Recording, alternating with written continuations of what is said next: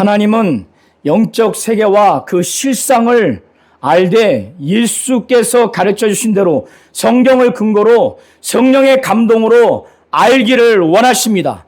그래서 성령으로 예수로 말미암아 마귀를 대적하고 귀신을 내어쫓는 이기는 영적 생활하기를 하나님은 원하시는 겁니다. 자, 귀신의 정체에 대해서 귀신은 타락한 천사다라고 하는 이 학설에 대해서 성경적인 검토를 계속 하고 있는데 그 주장에 대한 근거가 네 가지인데 오늘은 세 번째 근거에 대해서 성경적인 검토를 하고자 합니다. 세 번째 근거는 무엇인가 하면은 타락한 천사와 귀신의 활동이 유사하다는 겁니다. 보다 구체적으로 말씀드리면 타락한 천사도 몸 안에 들어가서 활동하고 귀신도 몸 안에 들어가서 활동하니 타락한 천사는 귀신이라고 하는 겁니다.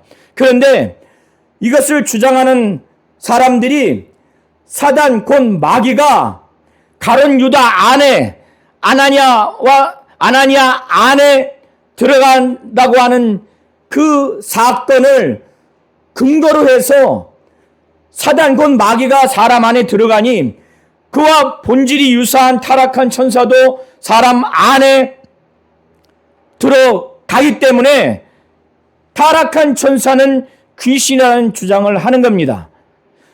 그런데 이것이 성경적인 근거가 전혀 없다고 하는 것을 오늘 제가 네 가지 근거를 통해서 검토하겠습니다.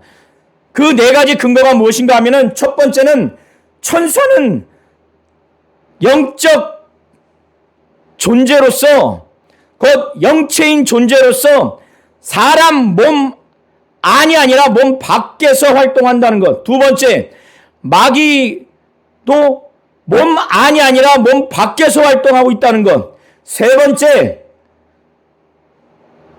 마귀의 영적 활동 현상과 귀신의 영적 활동 현상이 다르다고 하는 것. 곧 마귀 눌림과 귀신 들림은 전혀 다른 영적 현상이라는 이 사실과, 그리고 마지막 네 번째는 마귀를 처리하고 취급하는 방법과 귀신을 취급하고 처리하는 방법이 전혀 다르다고 하는 이 네 가지 이유를 제가 성경적인 검토를 통해서 타락한 천사가 귀신이 아니다고 하는 것, 바로 타락한 천사와 귀신의 활동이 유사해서 타락한 천사는 귀신이다라고 하는 이 주장에 대해서 반박을 하도록 하겠습니다. 자, 우리 성도님들이 천사의 창조 형태를 잘 아셔야 됩니다. 성경은 천사는 구원 얻을 후사를 섬기라고 보냄을 받는 영이라고, 바로 영적 존재, 영체를 가진 존재라는 사실을 분명히 말하고 있습니다. 그리고 사두개인이 그들은 부활도 믿지 않고 천사도 믿지 않고 영도 없다고 합니다. 그렇기 때문에 예수님께 자신들이 믿고 있는 부활이 없다고 하는 것을 증명하기 위해서 예수님께 아주 난처한 질문을 해요. 어떤 질문인가 하면은 이스라엘 민족은 고대로부터 계대 결혼법이라고 하는 제도를 지켰습니다. 계대 결혼법이 무슨 내용인가 하면은 가령 7형제가 있으면 맏형이 형수와 결혼해서 후사 없이 죽게 되면 둘째로부터 7째에 이르기까지 그 형수와 결혼을 해서 후사를 계속 이어야 됩니다. 그런데 둘째도, 셋째도, 6째까지, 7째까지 후사 없이 모두가 죽고 난 다음에, 그러면 부활이 있다고 한다면 부활 시에 이 여자는 누구의 아내입니까? 예수님께 이렇게 난처한 질문을 한 겁니다. 사두개인들은 자기들이 부활이 없다고 하는 가장 증명할 수 있는 사안을 고안해서 질문한 거예요. 그때 예수께서 사두개인들에게 너희가 성경도 하나님의 능력도 알지 못하는 거로 오해했도다. 부활 때는 시집도 가지 않고 장가도 가지 않는다고요. 하늘에 있는 천사와 같이. 그러니까 시집과 장가는 어떤 존재가 합니까? 육체가 있는 사람만이 시집가고 장가갈 수 있어요. 죽은 사람의 영혼은 결단코 시집과 장가를 갈 수 없습니다. 육체가 없는 천사도 시집과 장가를 갈 수 없어요. 이렇게 히브리서 1장 14절 그리고 방금 전에 말씀드린 이 사건을 토대로 해서 천사는 존재 형태가 영이라는 것, 영체라고 하는 이 사실을 분명히 기억하셔야 돼요. 그렇기 때문에 그것보다 하등한 인간의 육체에 들어올 필요도 없고 들어오고 싶어 하지도 않고 들어올 이유도 없습니다. 신구약 전체를 통해서 천사는 사람 몸 안이 아니라 몸 밖에서 활동하고 있다고 하는 것을 분명하게 증거하고 있습니다. 창세기 보면 아브라함 앞에 나타났던 여호와의 사자가 아브라함 안에 들어간 것이 아닙니다. 아브라함도 여호와의 사자 앞에 있었어요. 그리고 소돔과 고모라가 멸망하기 전에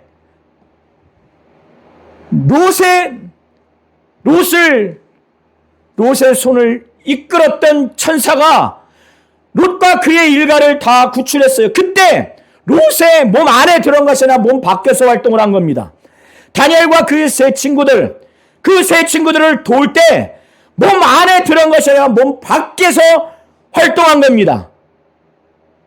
그리고 예수께서 광야에서 40일 동안 밤낮 줄이신 후에 마귀에게 시험을 당할 때에 그때 천사가 나중에 수정들었어요. 예수의 몸 안이 아니라 몸 밖입니다.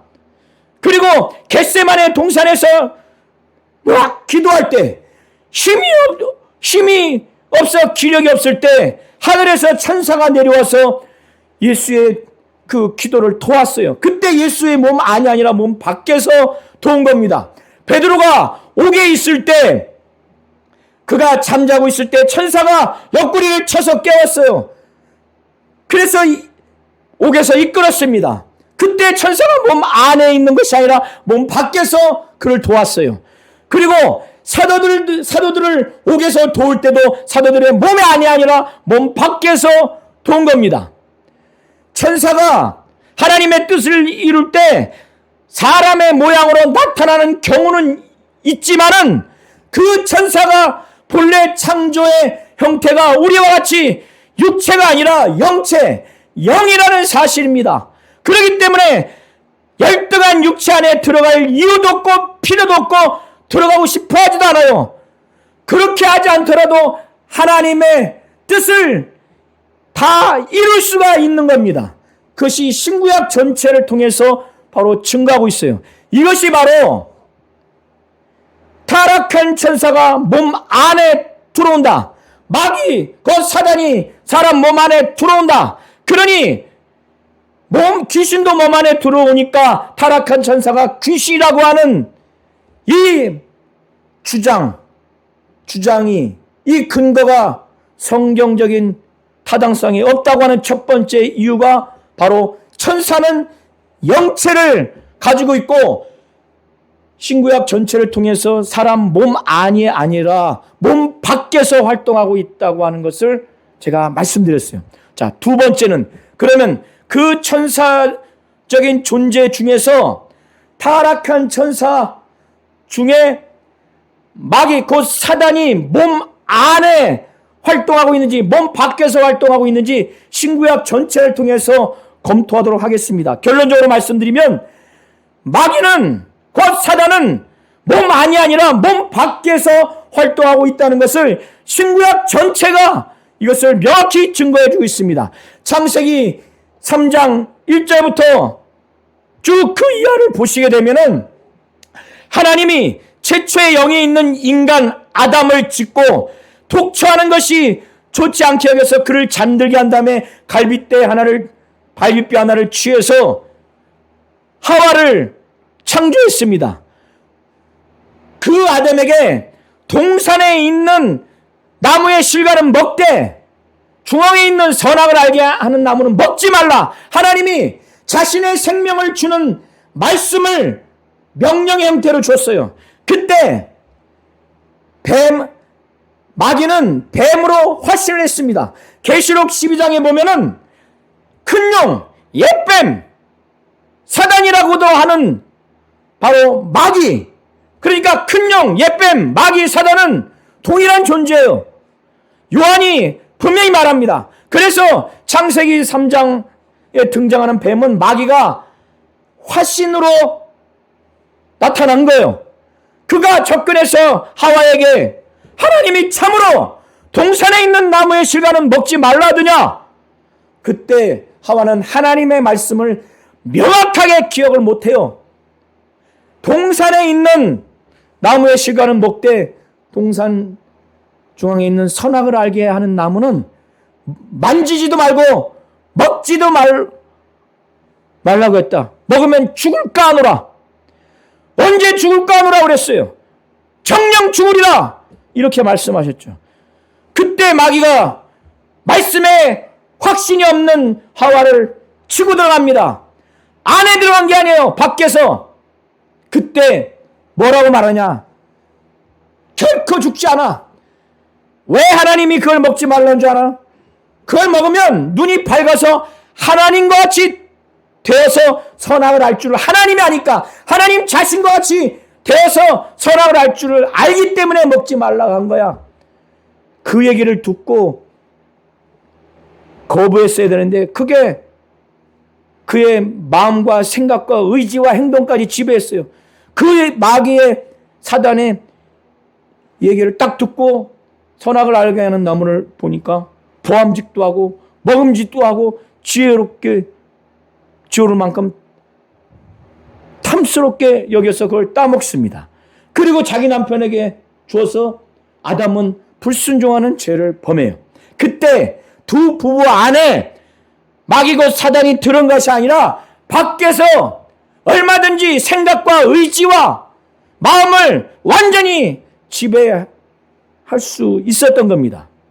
두 번째 사건은 역대상 21장과 사무엘 하 24장에 나와 있는 사건입니다. 그것은 다윗이 자기의 백성도 아니고 자기의 능력을 과시해서 전쟁을 그 전까지는 하나님을 의지해서 했건만 이제 나라가 커지고 부국 양병 상태가 되니까 이스라엘 백성들이 자기의 소유인 듯 그리고 막강한 군사력을 자랑하고자 그래서 요압 장군과 여러 그 군대 장관들에게 시켜서 이스라엘을 인구조사를 하도록 했어요. 그때 역대상 21장에는 사단이 충동했다고 이렇게 나와 있어요.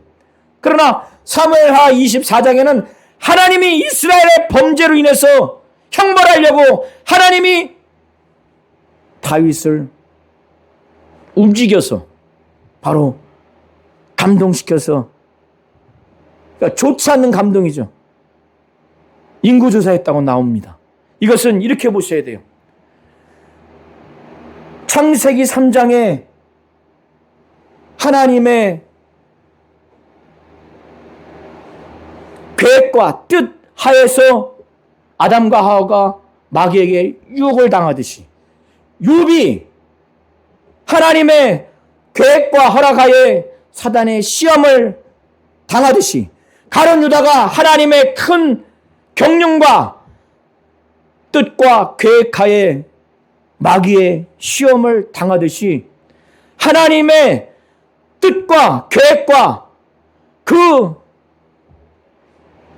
섭리 하에서 사단이 다윗을 충동해서 인구조사를 한 겁니다. 그때 사단이 다윗 안에서 한 것이 아니라 밖에서 활동한 겁니다. 그리고 세 번째는 욥기 1장과 2장을 우리 성도님들 보시면 욥은 하나님이 인정하시는 온전하고 정직하고 하나님을 경외하는 신앙인이라고 나옵니다. 그런데 어느 날 사단이 땅에서 두루 다니며 하나님 앞에 와서 이 욥을 시험하려고 그래요. 하나님을 욕하고 불신앙으로 하나님께 저주받도록 그런 마음으로 하나님 앞에 욥을 내가 시험하도록 허락해달라고. 그래서 하나님이 욥을 칭찬하니까 아니요, 그와 그의 소유물을 다 쳐버리면은 하나님을 욕할 겁니다. 그래서 그때 사단에게 너한테 붙인다. 그러나 몸은 건드리지 말아라. 그래서 그의 가축 어마어마합니다. 다 죽어요. 종도 정말 많이 죽어요. 대부분 다 죽어요. 그런데도 하나님을 찬양해요. 자기가 알몸으로 왔기 때문에 알몸으로 간다는 거예요. 적신으로 왔으니 적신으로 간다는 거예요. 그때 사단이 또 하나님 앞에 섭니다. 내가 어디서 왔느냐? 땅에 두루 다니면서 왔다는 거예요. 여기서 우리 성도님들 잘 아셔야 돼요.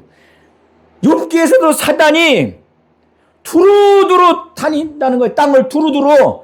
사람 몸 안에 들어가서 안 나오는 것이 아니라 그때 사단이 이 몸에 재앙, 바로 질병을 일으키면 하나님께 욕할 겁니다. 욕하지 않겠습니까? 너한테 붙인다. 그러나 생명은 건들지 마라. 그래서 거기 보세요. 사탄이 욥을 칩니다. 욥을 치니까 발바닥부터 정수리까지 종기가 가득해요. 그러니까 이걸 하나님도 인정하시는 신앙이니 하나님이 볼 때도 온전하고 정직하고 하나님을 경외하는 이런 신앙인이 생각해 보세요. 어느 날 발바닥부터 정수리까지 종기가 가득해요. 막 구더기도 들들들 했을 거예요. 욥이 너무 괴로우니까 질굿으로 막 긁어. 교화장으로 막 턱턱 긁어요. 그걸 보는 아내도 아이고 왜 사냐. 하나님께 욕하고 죽어라. 그 욥이 있을 때 이 부인은 얼마나 몹쓸 부인이에요. 이 재앙을 내렸다고 하는 것을 친한 친구 3명이 듣고 모두가 약속을 해서 위문차, 위로하려고 왔는데 멀리서 욥을 보는데 발바닥부터 정수리까지 종기가 가득하니 피가 막 흥건하지 않겠어요? 하도 긁어서 막 구더기도 우글거리고. 그러니까 욥인지 알아보지 못해서 엉엉 울어 친구들이. 그래서 일주일 동안 밤낮을 있었는데 할 말을 하질 못해. 생각해 보세요. 제가 어느 날 그런 상태가 됐다면 우리 성도님들 무슨 말을 하겠어요? 할 말을 못해.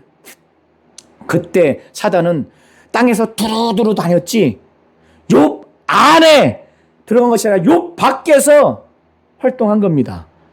자, 이해하시겠죠? 신약에 예수께서 40일 동안 밤낮 줄이신 후에 얼마나 줄인지 아주 피골이 상접합니다. 에? 그때 마귀가 나타나서 내가 하나님의 아들이거든. 마귀는 하나님의 아들인 줄 알고 시험하는 거야. 하나님의 아들이거든. 명령해서 이 돌들이 떡덩이 되게 해라. 그때 예수께서 말씀하시죠. 사람이 떡으로만 살 것이 아니라 하나님의 입으로부터 나오는 모든 말씀으로 살 것이라. 신명기 8장 3절의 말씀을 인용하면서 하나님 말씀에 대한 절대적인 신앙을 마귀를 향해서 대적합니다. 마귀는 이걸 무너뜨리려고 한 거예요. 우리 성도님들도 이런 말씀에 대한 절대적인 신앙을 정말 믿고 의지하시기를 바랍니다. 그리고 마귀가 안 되니까 이제 높은 성, 아마 예루살렘 성일 거예요. 성의 꼭대기에 올라가서 시편 91편 11절 12절의 말씀을 인용하면서 뛰어내리라는 거예요. 뛰어내리면 시편 91편 11절 12절의 말씀처럼 하나님이 천사들을 명령해서 천사들의 손으로 그 발을 부딪히지 않게 해줄 거다. 그때 예수께서 주 너의 하나님을 시험하지 말라고 그래요. 하나님을 시험하지 않는 절대적인 신앙을 갖고 대적을 합니다. 세 번째, 마귀가 또 안 되니까 지극히 높은 산에 데리고 올라가서 천하 만국을 보여주고 그 영광과 그 권위를 다 보여주고 내게 엎드려 절하면 이건 내게 넘겨준 거니까 내게 주겠다. 그때 예수께서 주 너의 하나님께만 경배하고 그만 섬기라고 하였느니라. 하나님만을 경배하고 섬기는 신앙, 예수님이 마귀를 대적하는 이 핵심적인 말씀에 대한 절대적인 신앙, 하나님을 시험하지 않겠다는 신앙, 하나님만 경배하고 섬기겠다는 이 신앙, 그러기 때문에 마귀는 떠나갑니다. 얼마 동안. 그때 천사들이 나와서 수정됐어요. 그때 마귀가 예수 아니라 예수 밖에서 활동한 겁니다. 이해하시겠죠? 자, 그런 다음에 이제 베드로가 3번 저주하고 난 다음에 맹세하고 저주하면서 3번 부인하죠. 그리고 나머지 제자들도 다 도망가죠. 법정에 재판받기 위해서 예수님이 붙잡혀 갔을 때 다 그런 불신앙의 결과가 나옵니다. 그때 그 전에 마귀가 사단이 밀가부로 타려고 하나님께 밀가부로 타려고 청구했다는 거예요.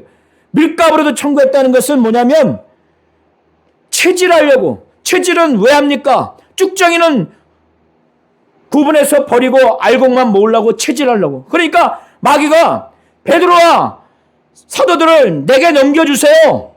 사단이 욥을 시험한 것처럼 내게 넘겨주세요. 그러면 믿음을 완전히 떨어뜨리고 믿음을 완전히 벗겨버리겠습니다. 이런 차원에서 하나님께 청구한 거예요. 우리 성도님들 이해하시겠죠? 그때 예수께서 제자들에게 마귀가 너희들 몸 안에 들어오면 마귀를 예수 이름으로 내쫓으라, 이렇게 하지 않고 예수께서는 베드로에게 말해요. 믿음이 떨어지지 않도록 내가 기도했으니 너는 돌이킨 후에 3번 부인한 후에 회개하라는 거예요. 회개하고 네 제자들, 날 버리고 도망간 그 제자들도 굳게 하라고. 도망갈 정도면 나중에 회복하기 어려워요. 그때 그들을 굳게 하라고 한 겁니다. 여기까지 우리 성도님들 이해하시겠죠? 이것이 바로 2번째 이유예요. 마귀 곧 사단도 사람의 육체 안이 아니라 육체 밖에서 활동하고 있다고 하는 것을 제가 신구약에 언급된 사건들을 통해서 분명히 제가 말씀을 드렸습니다. 자, 여기까지 이해되시겠죠? 그리고 우리 성도님들이 잘 아시는 씨 뿌리는 비유, 길가에 뿌렸다고 하는 것은 뭘 말합니까? 길가에 뿌렸다는 것. 공간복음서에서 이 예수의 말씀을 다 종합해보면 하나님의 말씀을 들을 때 이걸 깨닫지 못하면 마귀가 그 사단이 와서 몸 밖에 와서 마음에 뿌린 이 말씀을 빼앗아 간다는 거예요. 몸 안에 들어오는 것이 아니라 몸 밖에서 이 사람에게 와서 접근해서 빼앗아 간다고 말하는 겁니다. 자, 우리 성도님들 여기까지 이해되시겠죠? 자, 이제 우리 성도님들이 세 번째 이유에 대해서 말씀드리겠습니다. 세 번째 이유는 마귀와 귀신의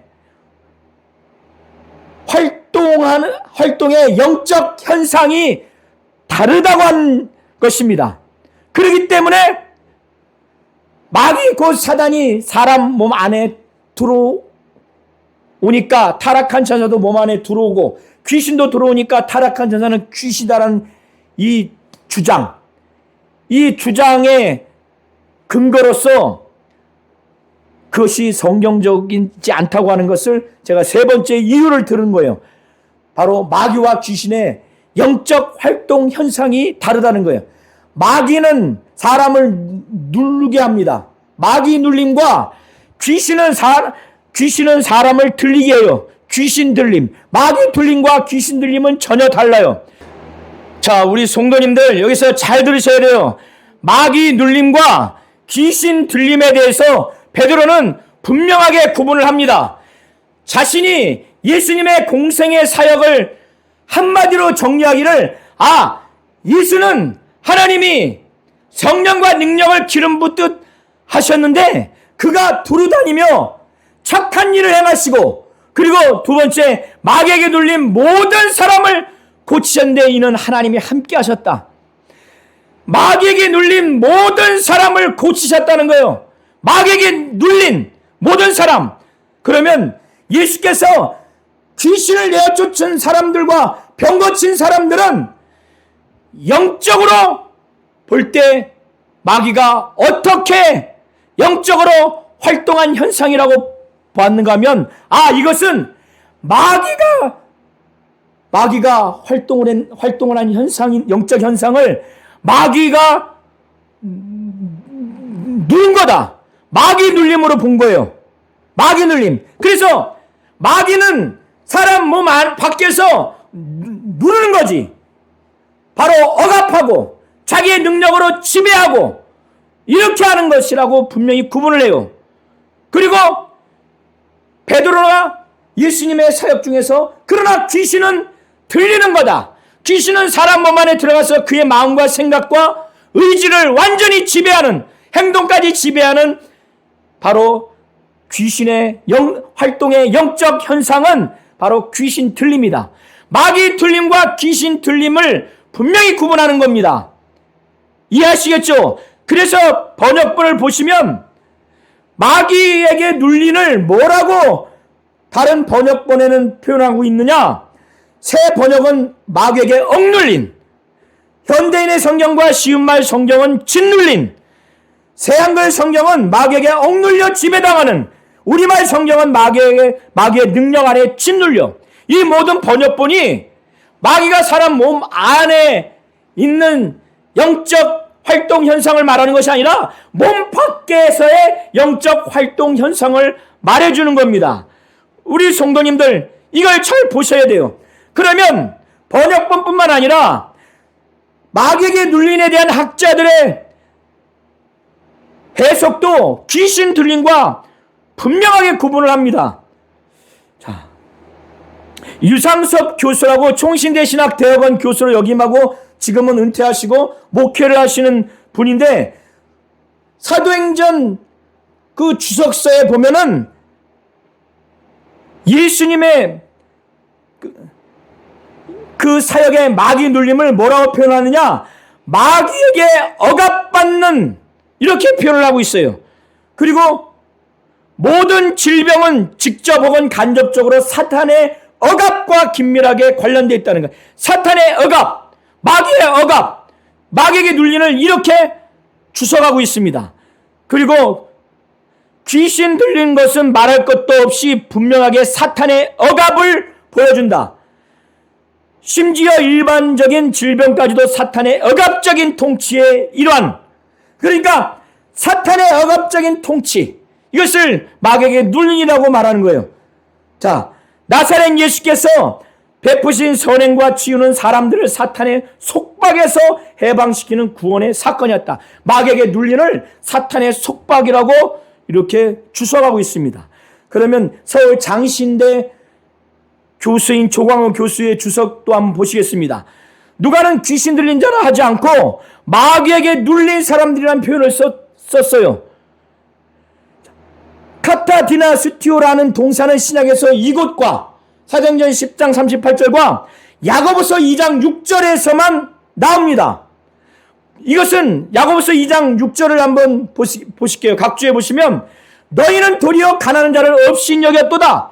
부자는 너희를 억압하며 법정으로 끌고 가지 아니하느냐. 그러니까 부자가 일부 성도들을 억압하는 이 단어가 바로 억압하다는 이 표현의 헬라어로 카타디나스투오신인데 원형은 카타디나 스튜오예요. 그러니까 마귀에게 눌린이라고 하는 이 단어의 그 원형 동사의 의미가 바로 카타디나 스튜오라는 거예요. 부자가 가난한 사람을 착취하듯이 마귀에 의해 눌림받은 자들이 예수의 메시아적 능력에 힘입어 그 악한 권세에서 벗어났다는 뜻이라는 거예요. 그러니까 부자가 일부 성도를 억압하는데 몸 안에 들어가서 억압하는 게 아니잖아요. 몸 밖에서 억압하는 거죠. 속박하고. 그렇듯이 마귀에게 눌리네. 그것은 바로 부자가 가난한 자를 억압하듯 몸 밖에서 억압하는 거예요. 속박하는 겁니다.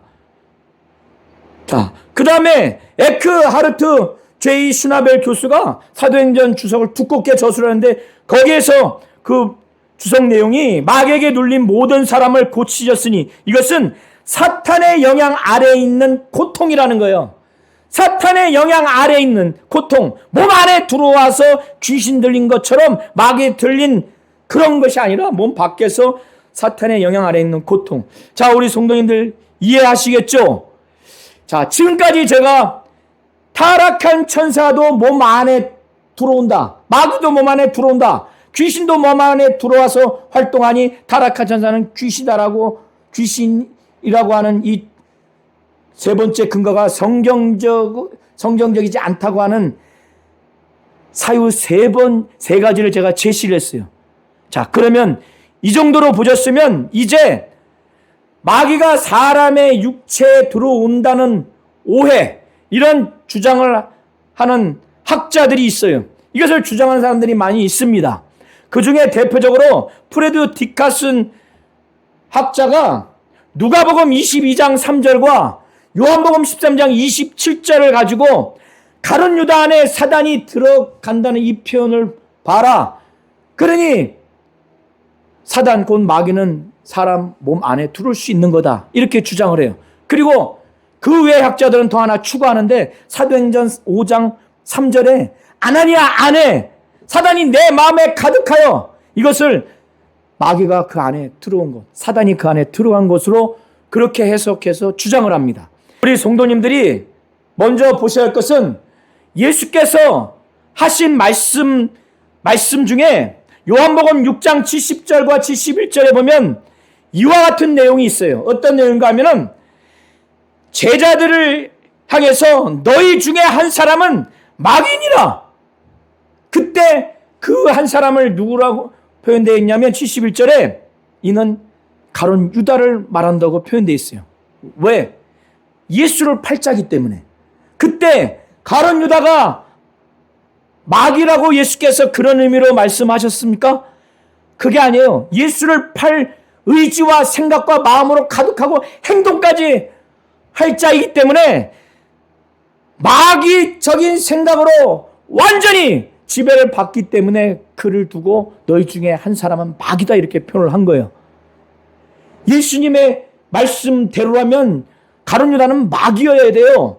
의미가 맞죠? 너희 중에 한 사람은 마귀라고 했으니까. 그러나 그것은 가룟 유다 안에 마귀가 들어갔다거나 가룟 유다가 마귀라는 의미가 아니에요. 예수를 팔 정도로 의지와 마음과 생각과 행동을 사단적인 생각으로 완전히 지배받으니까 사단에게 지배받을 정도가 되니까 그렇게 표현한 겁니다.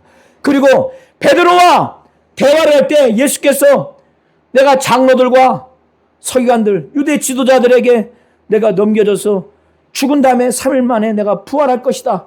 이 얘기를 베드로에게 했더니 베드로는 하나님의 일을 생각지 않고 사람의 일을 생각해서 절대로 그런 일이 있지 않을 겁니다. 막 간한다고 하는 건 막 꾸짖으면서 안 돼요! 막 이런 식으로. 그러니까 그때 예수께서 뭐라고 했어요? 사탄아 내 뒤로 물러가라!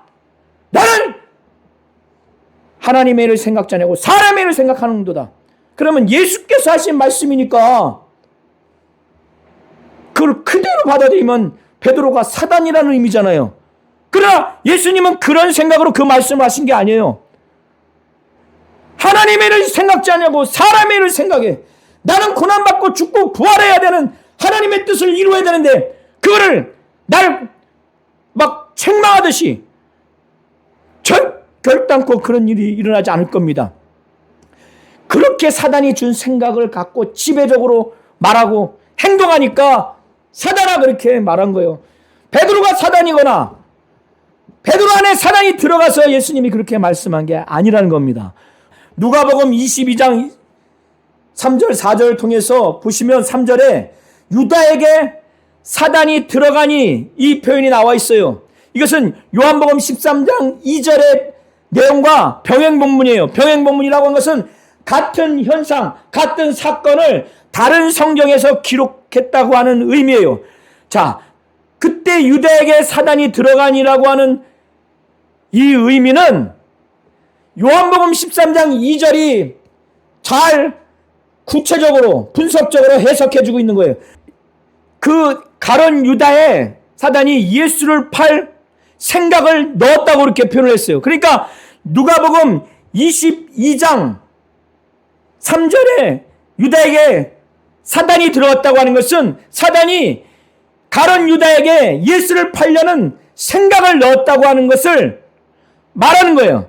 그것을 사도 요한이 병행 본문에서 분석적으로 해석하는 겁니다. 이와 같이 해석하는 학자들이 있습니다. 화면에 보시면 김호경 교수라고 서울 장신대 교수입니다. 사탄이 사람에게 들어갔다는 것은 흔한 표현이 아니다. 흔한 표현이 아니라는 거예요. 실제로 이런 표현은 누가복음 22장 3절과 요한복음 13장 27절 외에는 없어요. 귀신 들린 것과 구분해야 된다는 거예요. 귀신 들리는 뭐예요? 사람 육체 안에 귀신이 들어가서 그의 마음과 생각과 의지와 행동을 완전히 지배하는 게 바로 귀신 들림이에요. 귀신 들린 것과 구분되어야 한다는 거예요. 사탄의 세력이 활동하게 되었다는 의미라는 거예요. 가룟 유다에게 사탄이 들어갔다는 것은. 자, 송병현 교수라고 백석신학대학원 교수입니다. 그의 주석서에도 나와 있어요. 사탄이 들어갔다는 것이 귀신 들린 것처럼 되었다는 의미가 아니다. 사탄의 유혹을 뿌리치지 않고 가룟 유다가 사단이 하고자 하는 일에 순응했다는 뜻이에요. 그렇게 주석을 합니다. 그리고 황원하 교수라고 쉬운 누가복음 주석을 발간을 했는데 거기에 313면에 사탄이 들어갔다는 표현은 사탄에게 강하게 영향을 강하게 받았다는 의미예요. 자, 우리 성도님들 이해하시겠죠? 그런 다음에 우리 성도님들이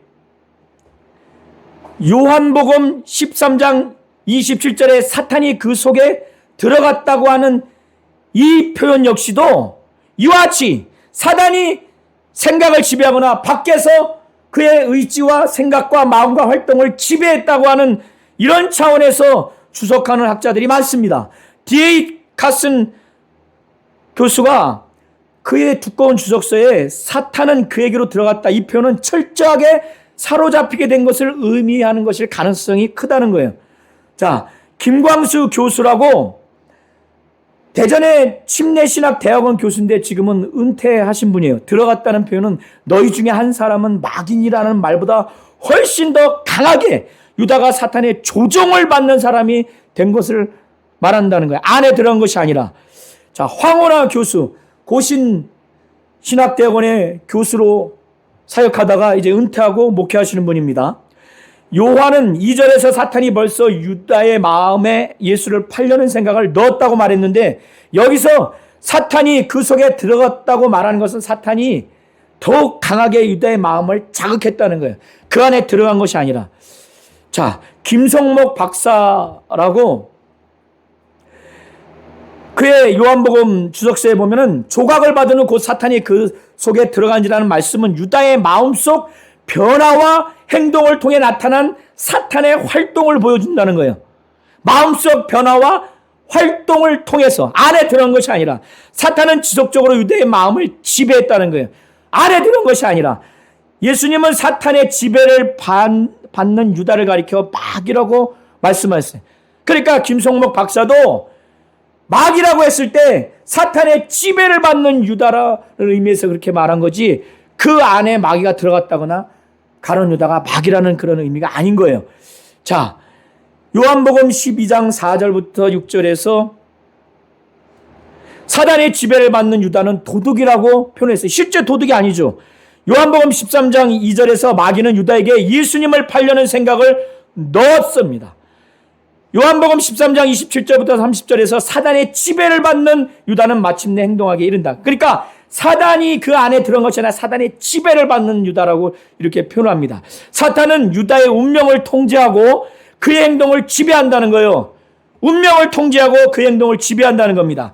자, 비슬리 머리 박사가 주석한 그 주석서에 뭐라고 나와 있느냐? 2절의 어법을 이해하는데 중요한 병행 구절로는 요한계시록 17장 17절에 이게 좀 잠시 볼게요. 신약에서 마음은 주로 사람의 생각과 관련되지만 의지를 포함한다. 그러니까 이 비슬리 박사는 이 마음이라고 하는 것이 마귀나 귀신이 들어올 수 있는 공간적 개념이 아니라 마귀가 밖에서 이의 마음에 예수를 팔려는 생각을 주는, 밖에서 이의 마음을 지배하고 사단적인 생각으로 완전히 조종하고 통제하는 마음을 심리적 개념으로 보는 거예요. 그래서 이 비슬리 머리 교수는 이거를 참조하라는 거예요. 뭐냐? 하나님이 자기 뜻대로 할 마음을 그들에게 주사 한 뜻을 이루게 하시고, 그러니까 하나님이 자신의 뜻을 이루게 하려고 그들에게 마음을 준다는 거예요. 그러듯이 마귀도 밖에서 그 마음에 예수를 팔려는 생각을 넣어주는 것처럼 바로 마음이라고 하는 이 공간은, 마음이라는 곳은 마귀가 들어가는 공간적 개념이 아니라 완전히 지배할 수 있는 심리적 개념으로 말하는 거예요. 우리 성도님들 여기까지 이해하시겠죠? 사도행전 5장에 사단이 내 마음에 가득하여가 사단에게 홀려서 사단에게 마음을 빼앗겨 이렇게 쉬운 성경, 우리말 성경 새 번역 이렇게 번역을 하고 있어요. 이와 같이 이런 맥락으로 해석하는 학자들이 많습니다. 자, 전주대학교 신학대학원 조재천 교수도 3절 하반절을 원문을 지역하면 사단이 그대를 무엇으로 가득 채웠는가? 그러니까 사단이 그 안에 들어갔다는 것이 지역의 내용이 아니라 사단이 그대를 무엇으로 가득 채웠는가? 외부에서 무엇으로? 그 무엇이 어떤 거냐? 사단이 악한 생각, 거짓말을 할 깨와 용기를 아나니의 마음에 가득 채웠다는 거예요. 자, 김혁원 교수라고 숭실대 기독교학과 구약학 교수입니다. 3절의 직역은 베드로의 충격적인 반응을 드러낸다. 3절의 직역이 뭐냐? 하지만 베드로가 말했다. 아나니아야, 어찌하여 사단이 내 마음에 가득 사로잡아? 사단이 그 안에 들어온 것이 아니라 사단이 내 마음을 가득 사로잡아. 이 내용이라는 거예요.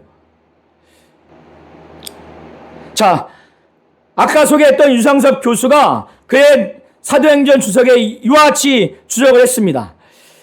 한글 개혁성경은 마치 사단이 아나니의 마음속에 들어간 것처럼 어찌하여 사단이 내 마음에 가득하여라고 번역을 합니다. 이것은 오역이라는 거예요. 그래서 표준 새 번역이 이것을 교정해서 번역했는데 그 내용이 어찌하여 그대의 마음이 사단에게 홀려서라고 번역했다고 하는 거예요.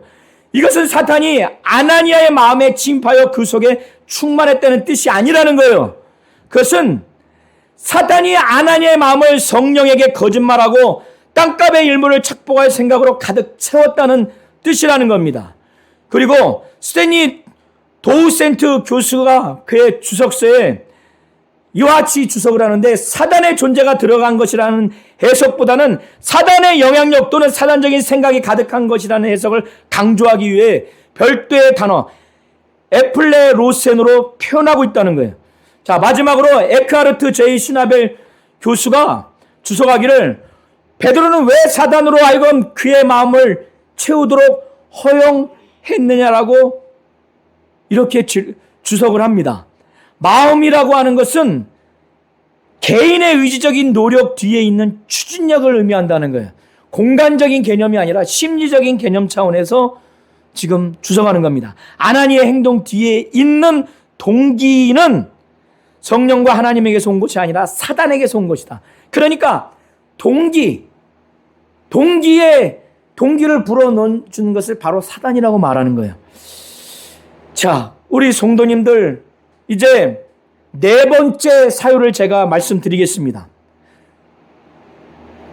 귀신이 타락한 천사라고 주장하는 세 번째 근거 주장으로서 마귀 곧 사단과 타락한 천사가 몸 안에 들어와서 활동하고 귀신도 몸 안에서 들어와서 활동하니 타락한 천사는 귀신이다라고 하는, 이것이 성경적인 근거가 없다고 하는 네 번째 이유는 예수님과 그의 제자들이, 그리고 성경에 보면은 마귀를 대하고 취급하고 처리하는 방법과 귀신을 대하고 취급하고 처리하는 방법이 전혀 다릅니다.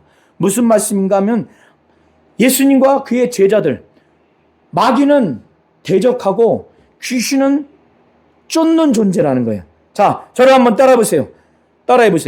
마귀는 대적하고 귀신은 내어 쫓는다. 자, 이게 바로 현격한 차이가 있는 거예요.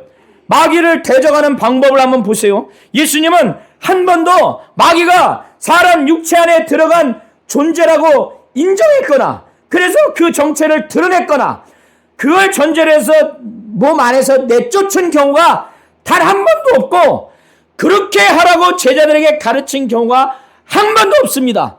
제자들도 마귀가 사람 육체 안에 들어간 존재로 인정하고 또 그 정체를 드러내서 그렇게 내쫓는 경우가 한 번도 없고, 사도들도 그의 제자들에게 이렇게 하라고 가르친 적이 한 번도 없어요. 자, 왜 그렇게 했느냐? 마귀와 귀신의 그 존재와 속성과 활동 영역과 활동 양상을 알면 충분히 이해할 수 있어요. 마귀는 예수께서 요한복음 14장과 16장을 통해서 뭐라고 하느냐? 이 세상 임금이라고 그래요. 이 세상. 그리고 에베소 2장 1절부터 3절 보면은 공중의 권세 잡은 자라고 합니다. 계시록에 보면은 온 세상을 꿰는 자라고 그래요. 그리고 히브리서 2장 14절 15절에 보면은 이 마귀를 뭐라고 하느냐? 죽음의 세력을 잡은 자라고 그래요. 그래서 사람이 이 죽기를 무서워 일생에 매어 종노릇 한다고 그래요. 마귀가 이런 존재예요. 이런 존재이기 때문에 굳이 사람 몸 안에 들어올 이유가 없어요. 왜? 이 세상 임금이고 공중 권세 잡았고 온 세상을 꿰는데, 죽음의 세력을 잡았는데, 이는 와서 무슨 행동을 하느냐? 마귀의 일을 하는데, 그게 무엇이냐? 씨 뿌리는 비유를 통해서 뭐예요? 구원받지 못하도록, 하나님의 말씀을 들었을 때 깨닫지 못하면 그 마음에서 말씀을 빼앗아 갔는데 구원받지 못하게 하기 위해서 빼앗는다는 거예요. 계시록에 보면은 무슨 일을 하느냐? 그와 그의 사자들이 바다 모래 위에 서서 하나님의 계명을 지고 예수의 증거를 가진 자들로 더불어 싸운다고 그래요. 우는 사자같이 두루다니며 삼킬 자를 찾는다고 그럽니다. 죽음의 세력을 잡아서 모두가 다 예수 믿자고 구원받지 못한 상태에서 죽이려고 하는 거예요. 그렇기 때문에 마귀의 존재와 속성과 활동 영역과 활동 양상을 알면, 마귀를 대적하는 방법과 귀신을 대적하는 방법이 다를 수밖에 없구나, 이거를 분명히 알 수가 있는 겁니다. 우리 성도님들, 누가복음 22장 31절과 32절에 아까 제가 설명드린 것처럼 밀가부를 달 때, 그때 마귀가 밀가부를 달으려고 청구할 때 사람을 내게 주세요, 내가 믿음을 떨어뜨리게 하겠습니다 할 때 예수는 제자들과 베드로를 위해서 믿음이 떨어지지 않도록 기도했어요. 귀신 쫓아라, 그렇게 한 게 아니에요. 회개하고 돌이킨 후에 믿음을 굳게 하라고. 자, 우리 성도님들 한번 화면을 보실 때 에베소서 6장 11절부터 18절에 사도 바울은 에베소 교회를 향해서 마귀를 대적하는 방법을 어떻게 말을 하느냐? 몸 안에 마귀가 있으니 예수 이름으로 마귀를 내쫓아라. 그러면 마귀가 떠나간다 하지 아니하고 마귀의 간계를 능히 대적하기 위하여 하나님의 천신갑주를 입으라는 거예요. 하나님이 주시는 하나님의 천신갑주, 하나님께 속한 하나님의 천신갑주, 군사가 천신갑주를 입어야 전쟁에서 이길 수 있는 것처럼 바로 진리로 허리띠를 띠고 진리를 알고 참 자유를 누려야 하는 것처럼 의를 알아야 돼요. 의가 무엇인지, 의의 호심경, 가슴에 공격이 들어오는 것을 막아주는 의의 호심경, 평안의 복음이 준비된 것으로 신을 신고 신을 신어야죠. 군화를 신어야죠. 바로 복음을 알아야 한다는 거예요.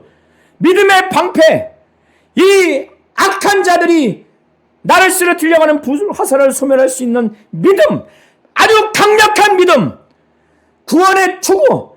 이 투구가 없으면 머리가 활이 오거나 총이 오면 바로 죽습니다. 이 구원의 기쁨과 확신, 성령의 검, 곧 하나님의 말씀, 바로 검으로 상대를 무너뜨리시지 하나님의 말씀을 절대적인 신앙이 있어야 돼요. 예수님처럼 하나님의 입으로 나오는 모든 말씀으로 살 것이라. 하나님의 말씀 듣기를 사모하고 깨닫고 받아들이고 인내하여 30배, 60배, 100배의 열매를 내려서 말씀에 대한 신앙, 모든 기도와 간구로 하라는 거예요. 너희들 안에 마귀가 들어왔으니 예수 이름으로 마귀를 내쫓아 그럼 나갈 거야. 그렇게 하지 않아요. 진리에 대해서, 의에 대해서, 구원에 대해서, 복음에 대해서, 바로 하나님의 말씀에 대해서, 믿음에 대해서 모든 기도와 간구로 이렇게 대적을 하라는 거예요. 달라요. 베드로도 다릅니다. 근신하라 깨어라. 너희 대적 마귀가 누구와 같이? 우는 사람과 같이 마귀가 사람 몸 안에 있다고 그랬어요? 두루 다닌다는 거예요. 마귀가 삼킬자를 찾나니 어떻게 대적하라고 그래요? 믿음을 굳게 하여 그를 대적하라는 거예요. 야고보 사도도 뭐라고 그래요? 너희는 하나님께 복종할지어다 마귀를 대적하라. 마귀를 대적하라 분명히 말하죠. 그리하면 피하리라. 마귀를 몸 안에서 내쫓으라고 하지 않습니다. 그러나 귀신을 향한 대적 방법은 달라요. 예수께서 수없이 많이 귀신을 사람 육체 안에 있는 존재임을 인정하고 그 존재를 정체를 드러내고 내쫓았어요. 제자들도 제자들에게도 그렇게 가르쳤습니다. 자, 마가복음 3장 14절 15절 보면 예수께서 12를 세웠어요. 자기와 함께 있게 하시고 보내사 전도도 하게 하시고 귀신을 내쫓는 권능도 가지게 하려 하심이라. 마태복음 10장 1절에 예수께서 그의 12 제자를 부르셨어요. 더러운 귀신을 쫓아내며 모든 병과 약한 것을 고치는 권능을 주셨어요. 예수께서 마귀를 몸 안에서 내쫓는 경우도 없고 가르친 경우도 없어요. 그러나 귀신은 내쫓았고 제자들에게 귀신을 내쫓는 권능을 주셨어요. 그리고 부활 후에 마지막에 뭐라고 말씀하셨느냐? 믿는 자들은 내 이름으로 귀신을 내쫓는다는 거예요. 믿는 자들은 내 이름으로 육체 안에 있는 마귀를 내쫓을 것이다. 이렇게 말한 적이 없어요. 자, 이제 마지막 보세요. 사도와 제자들도 귀신은 사람의 육체 안에 있는 존재임을 인정하고 드러내서 내쫓았습니다. 사도행전 5장 16절에 보면은 더러운 귀신에게 괴로움 받는 사람을 데리고 와서 다 나음을 얻었다는 거예요. 사도행전 8장 5절부터 8절에 보면은 빌립 집사가 사역한 내용인데 많은 사람에게 붙었던 더러운 귀신들이 크게 소리를 지르며 나갔어요. 사도행전 16장 16절부터 18절에 보면 사도 바울이 길에서 맨날 며칠 자기를 괴롭히는 저 많은 귀신 들린 여종 안에 저 많은 귀신을 막 내쫓았습니다. 4가지 이유를 제가 충분히 말씀드렸죠. 자, 첫 번째는 뭐예요? 첫 번째는 천사의 창조 형태가 영이고 사람 몸 안이 아니라 몸 밖에서 활동한다는 거. 또 두 번째, 마귀고 사단은 몸 안이 아니라 몸 밖에서 활동한다는 거. 그리고 마귀와 귀신의 영적 활동의 현상이 다르다는 거. 뭐예요? 마귀는 몸 밖에서 사람을 억압하고 지배하는 바로 마귀는 눌리게 한다는 거예요. 마귀 눌림과 귀신은 몸 안에 들어와서 그의 의지와 생각과 마음을, 행동을 지배하는 귀신 들림이라는 거예요. 자, 이제 네 번째는 뭐예요? 마귀와 귀신을 대하고 취급하고 처리하는 방법이 다르다는 거예요. 마귀는 대적하고 귀신을 내어 쫓는다는 거. 우리 성도님들 이해하시겠죠? 우리 성도님들, 마귀가 이렇게 정말 잔혹하게 타락하게 만듭니다. 어떻게 하실 겁니까? 귀신이 몸 안에 들어와서 이렇게 타락하게 만듭니다. 어떻게 할 겁니까? 예수로 말미암아, 성령으로 말미암아 마귀를 대적하고 귀신을 내어쫓는 이기는 영적 생활을 할 수 있도록 그렇게 해야 되지 않겠습니까?